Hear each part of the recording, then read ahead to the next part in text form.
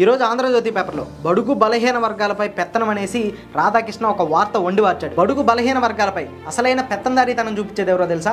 TDP ప్రభుత్వం. ఎస్టీలుగా ఎవడైనా పుట్టాలనుకుంటారన్న చంద్రబాబు నాయుడు గారు, దళితులను ఉద్దేశించి రాజకీయాలు మీకెందుకురా పిచ్చముండా కొడుకులారన్న చింతమనేని ప్రభాకరు, మాదిగలు అసలు చదవరు నా కొడుకులు అన్న వర్ల రామయ్య, వీళ్ళు కదా అసలైన బడుగు బలహీన వర్గాల వ్యతిరేకులు, వీళ్ళు కదా బడుగు బలహీన వర్గాలపైన పెత్తందారీతనం చూపించేది. కానీ బీసీ, ఎస్సీ, ఎస్టీ మైనారిటీలకి అటు రాష్ట్రంలో కానీ ఇటు క్యాబినెట్ లో కానీ అత్యున్నత స్థానం కల్పించింది వైసీపీ ప్రభుత్వం. అంతెందుకు, రీసెంట్ గా ఇచ్చిన 50 మంది శాసనసభ సమన్వయకర్తల్లో 14 మంది ఎస్సీలు, 3 ఎస్టీలు, 16 మంది బీసీలు, 4 మైనారిటీలు, 13 మంది ఓసీలు. అంటే 50 మంది శాసనసభ సమన్వయకర్తల్లో 37 మందికి ఎస్సీ, ఎస్టీ, బీసీ మైనారిటీలకు ఇచ్చినప్పుడు అది బడుగుల పైన పెత్తందారీతనం ఎలా అవుతుంది?